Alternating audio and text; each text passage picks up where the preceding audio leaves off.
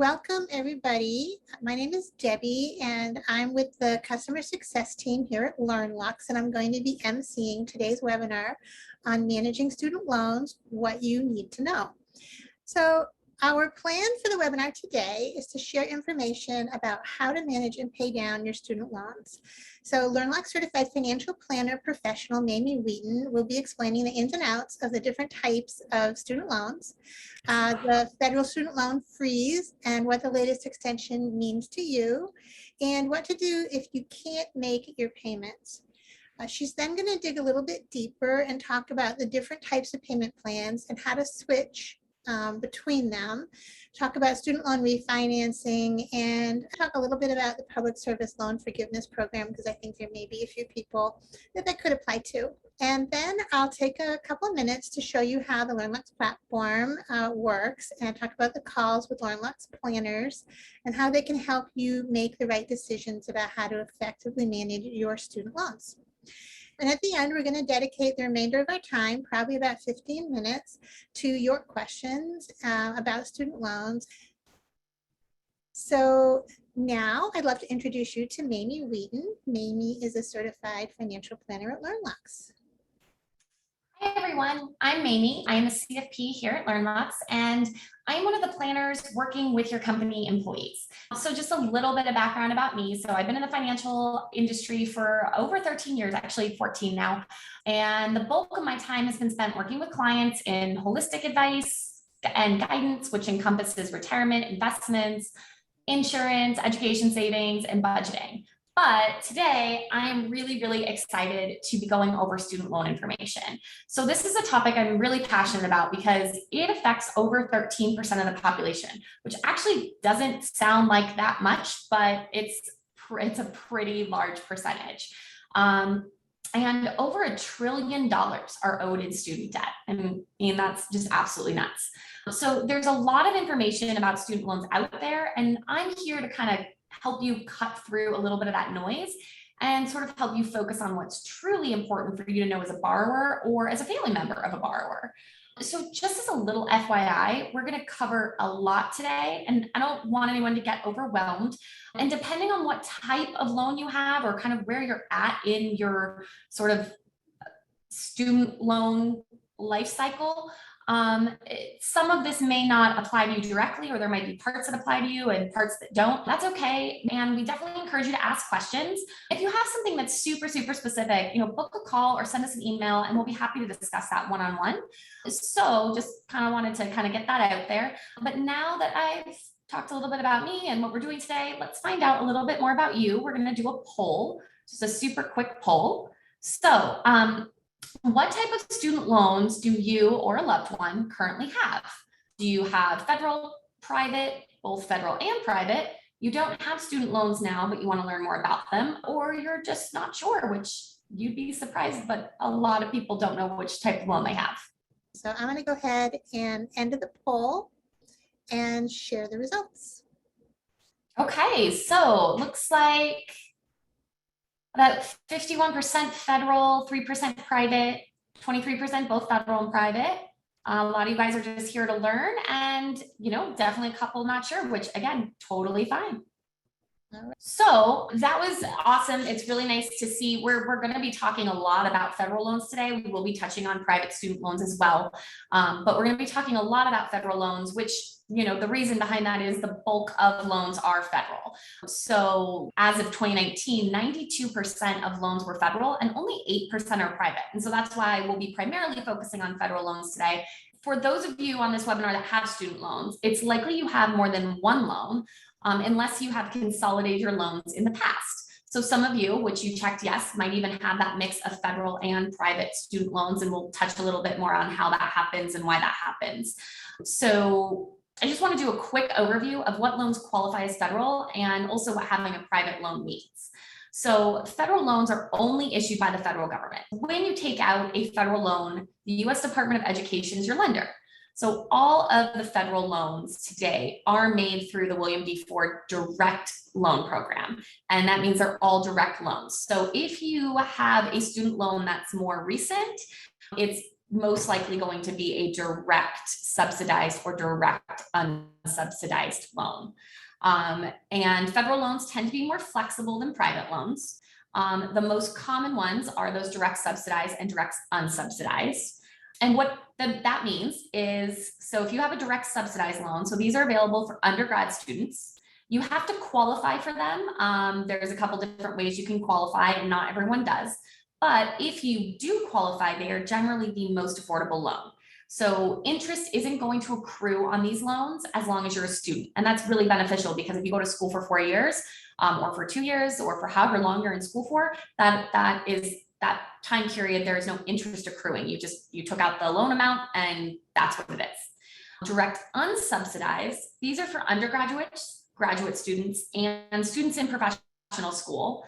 And they are not based on financial need. They're based more on just, financial need in the sense that you don't qualify through a FAFSA form, but you still need the loan. You can't necessarily pay for college without it. And interest does accrue on these loans as soon as they're dispersed. So interest, if you take one out your freshman year of college, interest is going to accrue through those 4 years. Those direct plus loans, those are for grad students and for parents of dependent students. And those loans have high borrowing limits. So a lot of plus loans are like med school, law school, et cetera, very high borrowing limits. If you're a parent who, wants to help your child through school, but you don't want them to have to take the loan, you can get a parent plus loan. And again, like I said, they have higher borrowing limits. Private loans, these are going to be issued by banks, credit unions, fintech companies, and other types of companies. So you've probably heard of Navient, and that's like the largest private loan lender in the industry, or a company like SoFi, or maybe just your credit union that's down the street. Those loans will start accruing interest again as soon as they're dispersed. But a lot of these loan servicers will let you pay the interest while you're in school. So instead of paying like the full loan amount while you're in school, you just pay, maybe the $40 a month that is accruing in interest, or I made that number up, but however much is accruing in interest, you can pay that while you're in school, and that keeps it from accruing and adding to that loan. And for private loans, you must go through a credit check.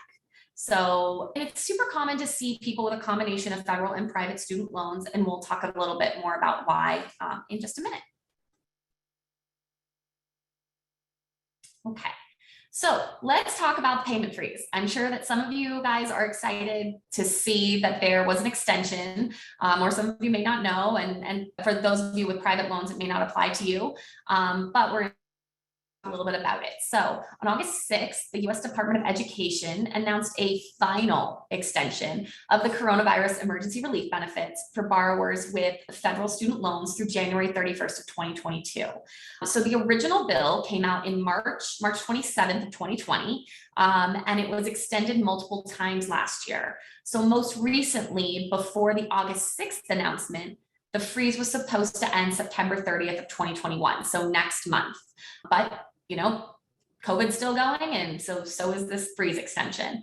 But it's now going to end January 31st of 2022. So the pause includes the following things: a continued suspension of loan payments, a 0% interest rate, and stopped collections on defaulted loan. So basically what this means is that you do not have to make a payment on your federal student loans through January 31st of 2022, and your current loans will continue to be at a 0% interest rate. So this means that no interest is accruing on your loans during this time. So that's a huge, huge benefit, and something that, may be a once in a lifetime thing for a lot of student loan borrowers. So as we have been progressing through this freeze, it's really important to know that updates are still being made and things could still change. So keeping your loan information up to date so you receive updates is super important. Right. Okay. So really quickly, I want to touch on eligible loans for the freeze. So I'm not going to go too much into detail on the individual loans because that will give you all a headache and you will all drop off this webinar. But I did place them here, so hopefully you can recognize if you have one of these loans. And if you have, more detailed questions about it, you can drop a question in the chat box or feel free to book a call. So these are the loans that are eligible for the 0% interest rate. Direct loans, defaulted and non-defaulted. And we just talked about direct loans. So those are those federal student loans made directly by the US Department of Education. That's going to really be your typical loan, like that direct subsidized or unsubsidized we just talked about. And if it is in default, what that means is it generally means you haven't made a payment in 270 days. So the freeze doesn't count. So this last year doesn't count. But prior to that, if you hadn't made a payment in 270 days, you may be in default. It also includes federal family education loans, FFEL, and that is a program with loans owned by the Department of Education. It includes defaulted FFEL loans and loans that are not owned by the Department of Education. And it includes defaulted health education assistant loans. We don't see very many of those. I'd probably be surprised if there's, more than one of you that has one of these on the call, but you could. And then loans that aren't eligible for the 0% interest rate. So any non-defaulted federal family education loans that aren't owned by the Department of Education. So take a look at your statement to see who owns your loans. Any federal Perkins loans that aren't owned by the Department of Education, and that includes defaulted and non-defaulted. If you have a Perkins loan, but it's not owned by the Department of Ed, you might not qualify. Any non-defaulted health education assistant loans, and then private student loans. So the most common borrower on the loans that aren't eligible for the 0% interest rate are going to be the private student loans. The rest of them, like I said, those are kind of more one-offs, but there could be some of you on the calls that have those. And if you have questions on it, drop a chat in or call your loan servicer. Okay, scam alert. So I don't know about you guys, but I can't seem to go a day without a call of someone asking me if I want to buy an extended warranty for my car. That I got rid of 3 years ago and no longer have. So I'm sure I'm not the only one, and we're all aware of these scam calls, but some of you might not be aware that there's actually scams that target student loan owners. I guess pretty smart on the scammer side because 13% of Americans have student loans. But be aware that you do not have to pay anything to get a 0% interest rate or suspended payments for your student loan during this COVID-19 emergency situation. So you may get a call from a company stating that they can give you repayment help for federal loans during COVID-19 emergency for a fee. No, these companies are not affiliated or endorsed with the US Department of Education and don't accept unexpected offers of financial aid or for help such as a pandemic grant or buying loan forgiveness without checking with your school or your lender to see if the offer is legitimate. So if you have questions about the legitimacy of any offer you receive, contact your loan provider directly through their website, not the number on any letter you receive through the mail or any voice message that's left on your answering machine. So there are programs out there that you can pay to help you with certain things. But before you sign on to a program, always go to your loan provider or the Department of Education first. And if you have private loans, contact your financial institution. And just as a side note, so this should be the same process with any loan or credit card or collection agency you may encounter. So try to work with the vendor first. And if you need additional assistance, reach out to the National Foundation for Credit Counseling. They're a nonprofit organization for credit counseling, and they can help point you in the right direction of legitimate resources that can help you. There are programs you can pay for help, but you just want to make sure that they're completely legit first. So that was a total side note, but it's been a hard time for a lot of people over the last year and a half, and there might be some of you guys that are struggling with this. So I just kind of wanted to throw that in there while we're on the subject of scams. So what are your options during this freeze? So the first option is to continue to make payments. About 500,000 borrowers continue to make payments during this last pause. So you might be wondering why you might want to make payments if you don't have to and interest isn't accruing. So let's discuss a few of the pros to making these payments. So if you make a payment right now, all those payments go towards your principal because your interest rate is set to 0%. So this means that you can make significant progress on your loans and cut months or potentially years off the life of your loan payments. So you can pay every month if that works best for you, or a good idea if you're not sure or if you want to use the money for something else is you can actually set aside that monthly payment in a savings account, and then right before the freeze ends, the end of January, pay it in one lump sum. So you'll still get that benefit, But if something comes up between now and February, and you need to use that money, then you still have it sitting in a savings account. Also, every individual has financial goals. So if one of your goals is to pay down your student debt as quickly as possible, you may want to continue paying during the freeze. Also, some people thrive on a budget. They want their money going towards a goal every month. And if you're that type of person who needs a place for that money to go in order to stay on track, you might want to continue contributing. And then lastly, if you were in default before the freeze, it will most likely be beneficial for you to pay your loan and catch up. So you'll want to get out of default so that you won't be at risk of having your wages or your tax returns garnished. If you need to rehabilitate your student loans, contact your loan servicer. There's a specific process to follow, and we'll be talking a little bit more about that in just a bit. And then some reasons not to make payments right now. So this last year and a half has been incredibly hard for a lot of people. This freeze, this pause, this has been put into place for a reason. It's there to give you a little bit of breathing room. If paying your loans cannot be a priority for you right now, that is okay. So some other reasons not to pay your loans during this freeze would be so you can make progress on other financial goals, like building your emergency fund, paying down high interest debt, or contributing towards retirement. That should take priority during this time. And we're going to talk a little bit more about those in detail. Mamie, is the type of federal loan someone holds any indication of if they should pay or not pay during the freeze?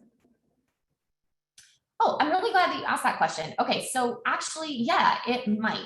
Depending on what type of payment plan you have. If you have a standard repayment plan, so those are typically 10 years, you might want to consider making those payments, assuming that you're able to financially and you've met some goals that we're going to talk about in a minute. Because it's 0% interest, you can potentially, like I said, cut years off the life of your loan during this freeze. And if you want to be flexible, like I said, you can open up that separate savings account and save the money, and then right before the freeze ends, make that one lump sum payment. If you have IBR, or known as income-based or income-driven repayment, in your ultimate plan is to just kind of continue chugging along, paying those loans for 20 to 25 years until they get forgiven, you might not want to accelerate the pay down. It might be better for you to put that money elsewhere for right now. If you want to pay now and accelerate it, it could ultimately cut down on the interest that you'll pay over the life of your loan over that 20 or 25 years. And if you have public student loan forgiveness, then you definitely don't want to make payments until the freeze is over. The months of auto forbearance are actually going to count towards your monthly credits. So we'll be talking a little bit more about public student loan forgiveness a little later in our webinar. But yeah, if you're on the public student loan forgiveness train, I wouldn't suggest making payments during the freeze. Okay. So option 2. So we kind of just discussed reasons why you might want to make your loan payments. So let's talk a little bit about some of the ways to make the best use of this freeze if you are not going to make payments. So if you don't have an emergency fund established and you do have extra cash to set aside, this should be your number one goal. An emergency fund should really just be your top priority in your financial life. A good goal for an emergency fund should be 3 to 6 months of expenses saved in a high interest savings account. So cash account. And that 3 to 6 months really depends on your personal situation. So if you don't think 3 months is attainable quite yet, strive for $1,000 or just 1 month of expenses and emergency savings. And again, whether you should do 3 to 6 months really kind of is determined on your personal situation. If you are the sole income earner for your family, you might want to lean more towards 6 months. If you're single, if you don't have a lot of debt, or if you're in a dual income household, 3 months might be more relevant for you. And, if you're like many Americans, student loan debt, it's not your only debt. So oftentimes certain debt will be higher interest than your federal student loans. So you can also use this time to make progress on higher interest debt, like credit card debt. Just knock some of that out. So you go back in January just with one less debt payment.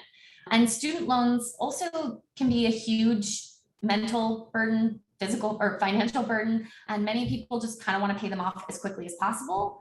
But accelerating your student loan shouldn't be put ahead of saving for retirement. And I'll also just kind of add a caveat that paying for your child's college education or your child's student loans should not be put ahead of you saving for your own retirement. So use this time to start or make progress towards your retirement goal. So the sooner you start contributing, the longer your contributions will have to grow so that you can have enough money to retire on down the road. If your company has a 401k plan with a match, start with trying to just contribute enough to get the match. So if it's dollar for dollar up to 3%, contribute 3% so you can get that 3% of free money. And if your budget's really tight and you think you can only contribute for retirement for a few months, and then once you have to start paying student loans, you won't be able to again, try to start with just 1% of your salary in your 401k, and then look to opening up an IRA account where you can place some of those extra contributions for the next few months that once you have to pull back on, you can keep that 1% of your salary in the 401k, but then you also have some of that money set aside in an IRA account that can start growing. You also might have some other financial goals like saving to buy a home, grow your family, or, honestly, maybe it's just been a really long time since you've had a family vacation. So putting some of the money that would go towards your monthly payments towards additional financial goals might be an amazing use of this breather that you've been given and can help you and your family recharge after a stressful year. So I know we've all been locked up. Those of you with kids I can't even imagine, just how stressful it was probably for you. So if you have a little bit of that money and you want to use it for something to just have a little fun, I definitely think that that's a good use of good use of the money. Okay, what to expect when the freeze ends. So, all good things do come to an end. And on January 31st, we expect that freeze to end. The Department of Education has indicated that this will be the final extension. So while things could always change, because obviously they've continued to extend it, I just really want everyone on this call to be prepared to restart your loan payments after January of 2022. Don't count on another extension. Your billing statement will be mailed at least 21 days before your first payment is due. So you can contact your loan servicer to find out your payment amount when your payments are going to start up again. And then any auto debits that you had before will resume automatically, but contact your loan servicer if you have questions about your auto debit, or if you just need to update your banking information, because like I said, it's been a year and a half and some things might have changed. Your loan servicer is your number one resource if you have questions about payments. So Mamie, we've been getting lots of questions around if payments will change after the suspension ends. Can you give some insight into that? Yeah, absolutely. So it depends. So if you are on a traditional repayment plan, such as a standard, graduated, or extended repayment plan, then your loan servicer may recalculate your payment amount when the payment suspension ends. Your loan servicer is going to base this recalculation on your current balance of principal and interest and your remaining repayment period. So if you paid on your loan during the freeze, there could be a significant difference in your new payment. It could be a lot less.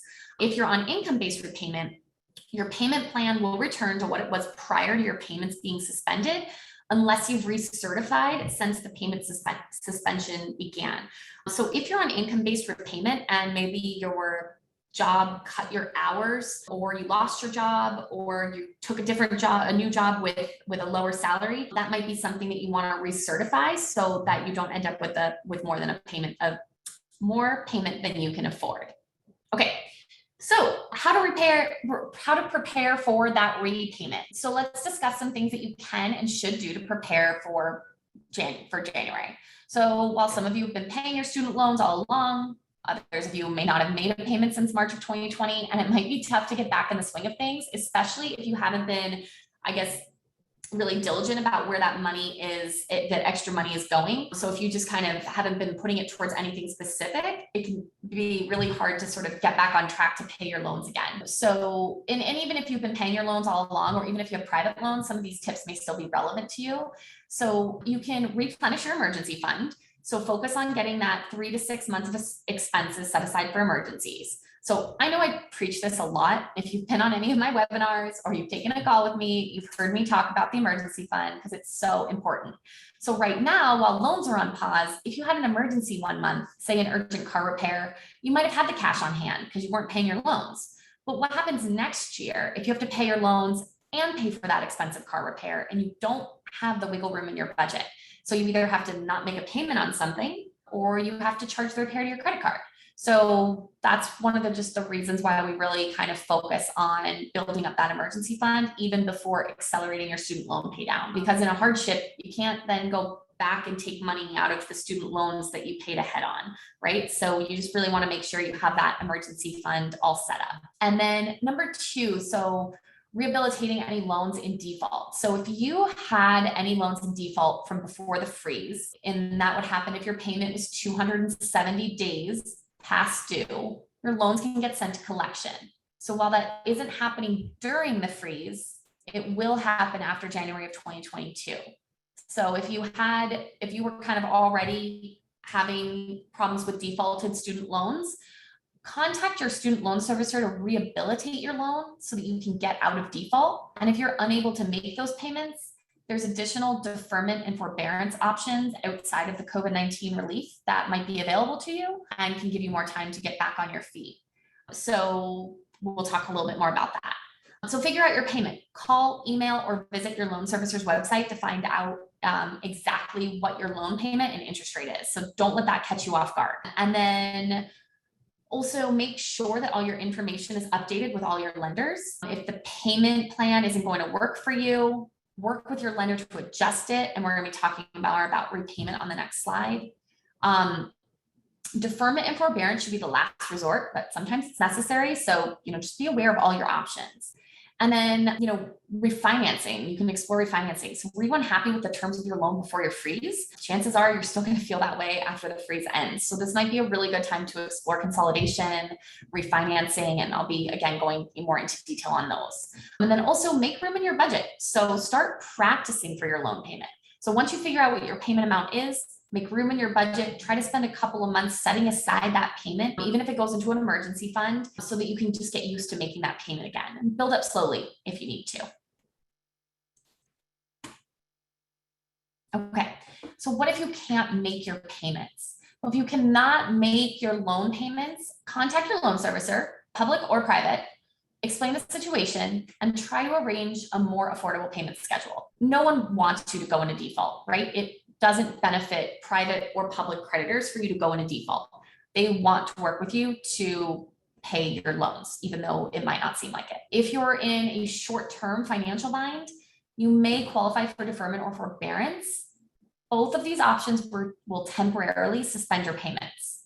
So a deferment is going to temporarily pause your loan payments. So you have to contact your loan servicer, you have to apply for it, and it isn't guaranteed. But if you have direct subsidized loans or Perkins loans and you qualify for deferment, interest will not accrue on the loans during the period they're in deferment. If you have other loans, the interest might accrue. And of course, your lender is going to let you know the terms of that. So some of the reasons for deferment: economic hardship, graduate fellowship deferment. So maybe you applied and got into grad school and it's going to be tough for you to pay your undergrad student loans while you're signed up for graduate school. In-school deferment, you must be enrolled at least half time, and parent plus deferment. So those are some of the reasons for deferment. Forbearance is going to temporarily suspend a payment if you're in a financial bind. Interest will continue to accrue on the loan balance while the payments are paused, but you can make interest payments during forbearance. And if you don't make those interest payments, that interest is just going to be added to your loan balance and it's going to grow. So, maybe your student loan payment is $300 a month and you can't pay that right now, but maybe the interest on that is, $35 a month. And so you're able to make that interest payment. You're just not able to make the full loan payment. So that might be an option for you. If you have subsidized loans, or if you have a Perkins loan and you meet the qualifying criteria for a deferment, it's going to be more beneficial than forbearance because the interest doesn't accrue. So just keep that in mind when you're like, should I do deferment or forbearance? If you've got one of those subsidized loans or Perkins loan, you generally want to lean more towards deferment. And you cannot be in default on your loans in order to take advantage of these programs. And both deferment and forbearance will not have any impact at all on your credit score. Also, if you are working towards public student loan forgiveness, deferment and forbearance will have an impact. And it's important to understand that during this time, if you are in either one of those, you won't be making any progress towards your loans. And in cases where interest accrues, you're going to be adding to your loan. So really, they should be kind of last resort options for you. Check out switching payment plans first. So income-driven or income-based repayment plans might be better for your situation, and your monthly payments will be reduced while you're continuing to chip away at your student debt. Refinancing to a private loan may also be an option, and I'll be talking more about that in just a moment.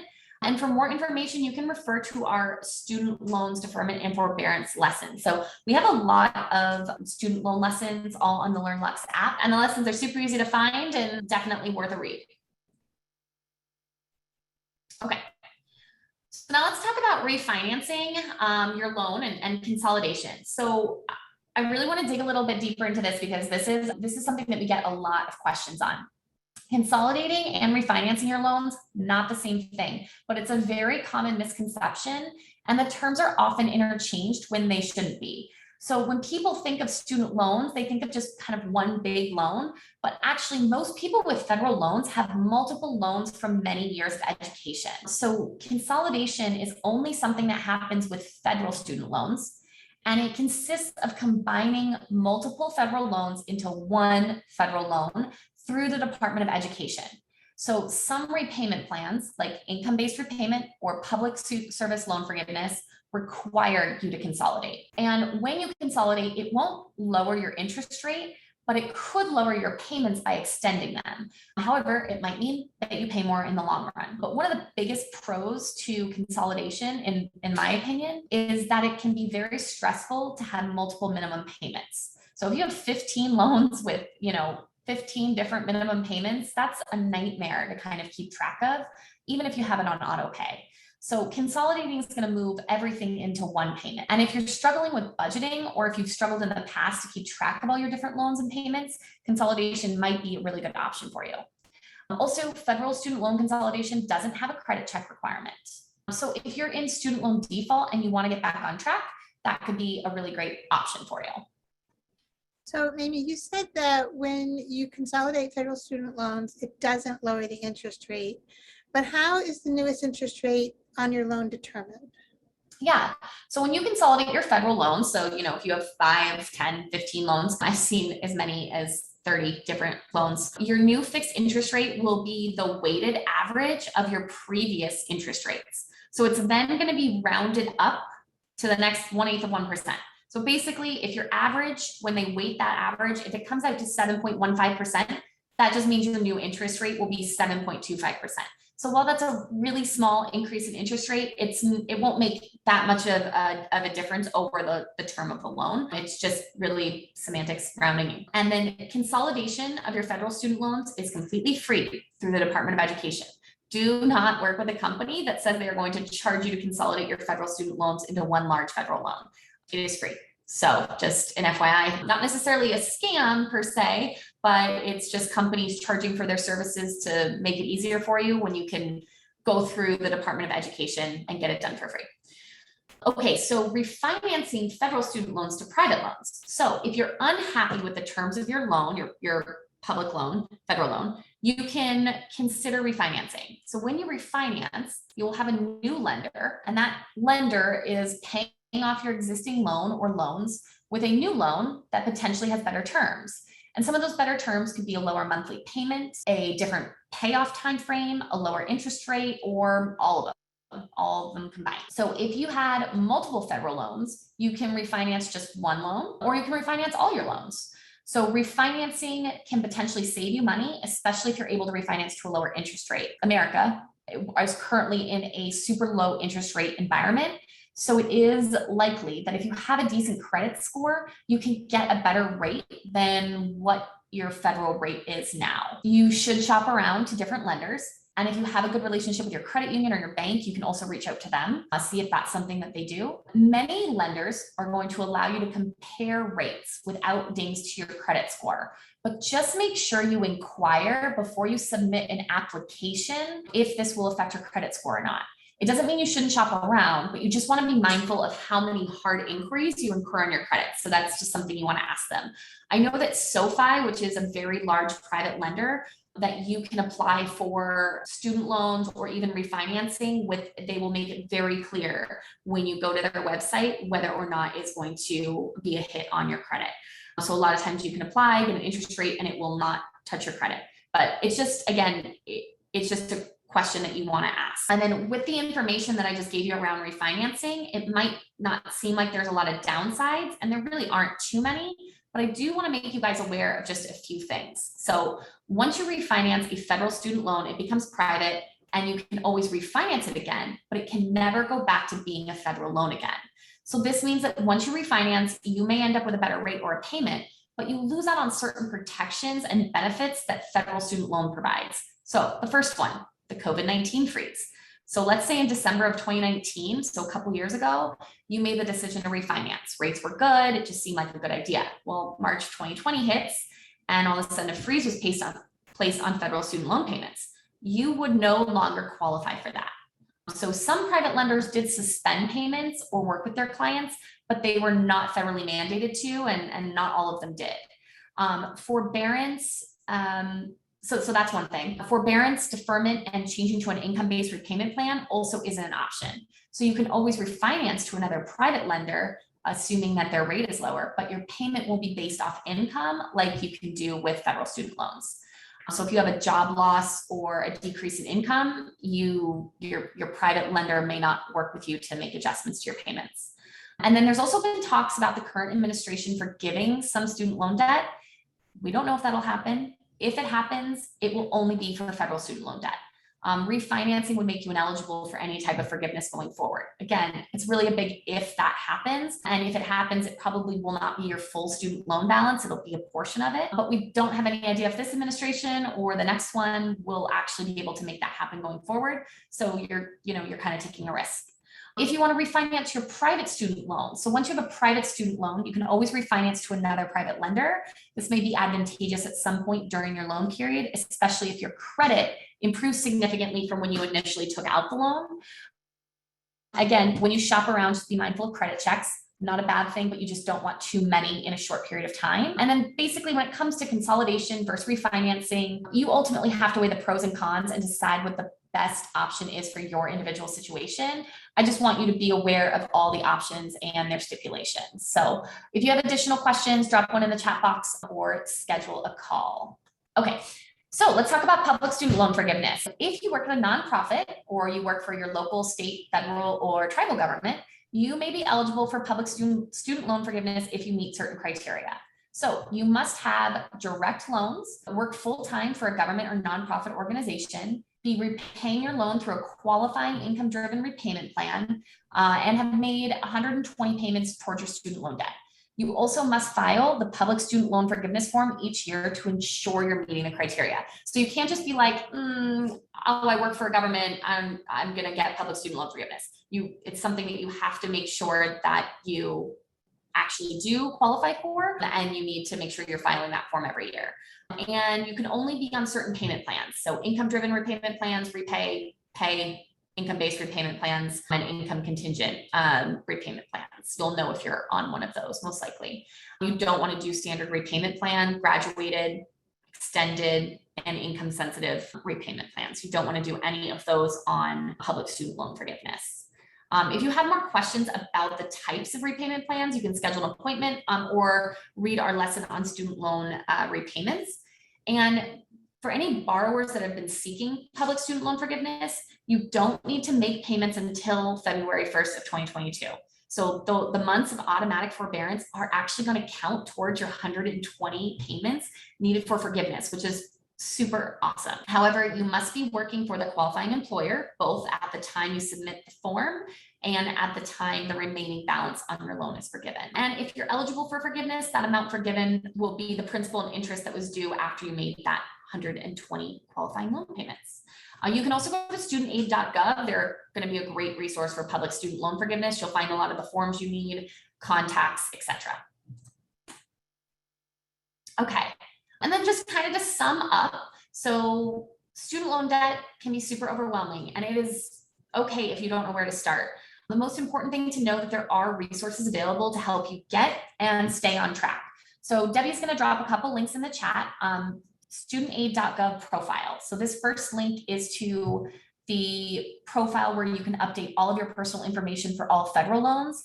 You can and should go to your loan servicer's website to update your information as well, but this is really where you want to start. She's also going to drop in a link to the loan simulator. So you can play around with this link to make sure that you're actually on the right repayment plan. And if you aren't, you can find one that meets your needs and your goals. It can also help you decide if you should consolidate into one loan. Federal student loans, they tend to run around 7% on average. Some might be higher, it just really depends on when you took it out and kind of what the interest rate was around that time. So if you have a strong credit score, you could look into refinancing. Also, why it may seem counterproductive to focus on other areas of your financial life when you're struggling with student loan payments, I just really cannot emphasize enough the importance of having that emergency fund just in case the unexpected happens. And focusing on your budget is really going to help you set aside the monthly amount towards your student loans. You might even be able to find extra money in your budget and pay ahead and pay down your student loans even faster. And then ask for help. So don't ignore payments or pay less than the minimum. If you're struggling to pay down your student loans, reach out to your federal or private loan servicer to see what you can work out with them. Schedule a call with one of the LearnLux planners to talk through some of your options. And yeah, you probably got some of those links dropped in. So that was kind of the finale. Debbie's got a couple things to go over really quickly, and then we'll get started on questions. I know we're sort of running up against time. I'm okay to go a little bit over if you guys are, but just, of course, feel free during the Q&A to drop off if you need to.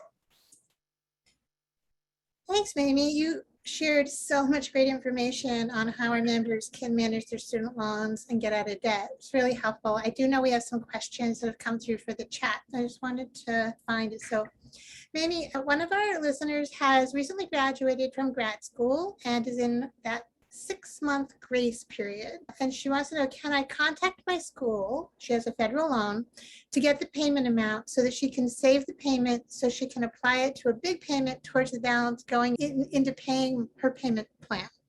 Yeah, so if you're in that 6-month grace period, yeah, absolutely contact your lender. No interest has been accruing at all, but you can use this time to absolutely pay down those loans during this grace period. That's a great idea. So yeah, give your lender a call, see if they have a payment calculated for you. And if you can pay ahead, you can cut some time off the life of that loan. Awesome. And then we have another question from Karen, and it's, what is the best approach to paying off the loans with the highest interest rate first? Do we just send a letter to the lender to let them know we want to pay this particular loan first, or is there a better, more specific way to do it? Yeah, so if you're kind of talking about paying during the freeze, yeah, it definitely makes sense to pay off your higher interest ones first. So if you have all federal loans, let's say you have 5 different federal loans and they're all frozen right now, just contact your lender for that high one and tell them that you want to make that payment. So if you do want to make the payment for any loans during this time, contact the lender. But if you have the same lender for multiple loans, let them know which loan you want it to go to. Be very specific about that, and they should let you apply it to any loan. That's absolutely a great idea. Okay, a question from Mercedes. If you have federal loans, is it better to refinance now or wait for the forbearance to end in January? Wait for the forbearance to end in January. If you refinance now, you're immediately going to have to start payments with interest. So it's okay to look into some programs now, although rates can change weekly, monthly. So I would maybe start looking a little bit closer to January and then look into refinancing, or in January, look into refinancing. But yeah, right now, I mean, if you want to pay payments right now, then do that now, because that's going to reduce the amount that you'll ultimately have to refinance. If you don't want to make payments right now, then put that money elsewhere. And then in January, look at refinancing options. Great. And then I think it's when you were talking about this, the public student loan forgiveness, Montique had a question about where can you get the form that you had mentioned? Studentaid.gov. So studentaid.gov, and then type in public student loan forgiveness, and it will pull up a ton of information on there. You can also contact your lender specifically, but studentaid.gov will have a ton of information on student loan. There should be a link to the form on studentaid.gov if you, in the search bar, type in public student loan forgiveness. Great. And then just one last question, I think, which is, if if I've never logged into my student loan servicer, where do I start? Yeah. If you don't know who your student loan servicer is, go to studentaid.gov and they have ways for you to look that up, to look up your student loan, to figure out how many loans you have and how many servicers you have. If you know who your lender is, go to their website. You might have a statement that should have the website or a phone number, then you can call them and find out. If you have a private student loan, you're with a bank or a fintech company and you'll want to contact them directly. But yeah, studentaid.gov has a lot of resources to help you sort of figure out how many student loans you do have by putting in some personal information, and they can help you figure all that out. Yeah. And then one thing I just want to address is somebody early on made a comment that they have 4 children in college now and they just want to learn more about student loans. So one thing that, first of all, that's amazing. 4 children in college, that's unbelievable. There's a chance that you might be helping them with payments, or they may have a mixture of you helping them plus student loans plus scholarship. However that is all kind of spread out. One thing to just make sure is if you are helping your children pay for education and you're afraid that you don't have enough time, maybe you have a senior in high school and you haven't saved enough, you can look at taking out loans, paying that interest, but then saving money during those 4 years and paying those loans off, or giving your children a lump sum donation at the end of the 4 years. You don't have to pay for school every single year. You can take out a loan with the goal of saving money and then gifting that to your child or paying down that loan at the end of the 4 years before the student loans really kick into effect and start accruing a lot of interest. So that's an option to do. And you just really want to make sure that no matter what, you're not paying student loans or paying for education ahead of saving for your own retirement, because you can't take a loan out for your retirement. As much as, we don't want to add to the student loan balance, and there should be other ways to do it. Student loans, if managed correctly, can be a really great tool for you to save money while your child is in school, and then put it towards that loan payment immediately after they graduate. So that's just kind of a little tip. It's going to work for some people, not others, but there are ways to sort of get around just paying for school every single year. Awesome. So we've reached the end of our time and of our questions. So thank you so much for sharing all of your wisdom and knowledge about student loans with us today, Mamie. Thank you to everybody for being here with us today. And that is, I think, what we have for our program for today.